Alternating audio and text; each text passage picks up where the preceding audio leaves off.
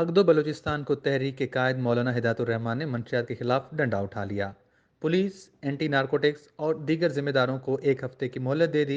अगर एक हफ्ते के अंदर जिला गवादर को मंशियात से पाक ना किया गया तो कानून हाथ में लेकर मंशियात फरोशों को अवामी ताकत से जेर करेंगे। क्रिस्टल और शीशा बेचने वाले दिन की रोशनी में ये अड्डे चल रहे हैं। दिन की रोशनी में ये मंशियात का गंदा कारोबार दिन की रोशनी में हो रहा है। शुरा से खिताब करते हुए जिला पुलिस, एंटी नारकोटिक्स और दीगर जिम्मेदारों को खबरदार किया कि एक हफ्ते के अंदर जिला गवादर में मंशियात, चर्स, हीरोइन, क्रिस्टल आइस, शीशा वगैरह का मुकम्मल सफाया करके मंशियात फरोशों को गिरफ्तार किया जाए या उनको सख्ती के साथ हिदायत की जाए कि मंशियात फरोशी बंद करें, वरना कानून हाथ में लेकर अवामी ताकत से मंशियात फरोशों पर काबू पाया जाएगा।